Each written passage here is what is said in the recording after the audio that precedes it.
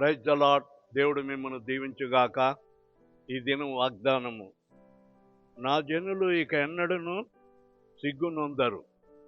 యోవేలు ప్రవక్త చెప్పిన ఈ యోవేలు గ్రంథము 2వ అధ్యాయము 27వ వచనం.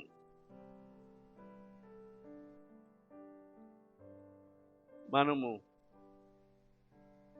దేవుని జనాంగమై ఉన్నాము.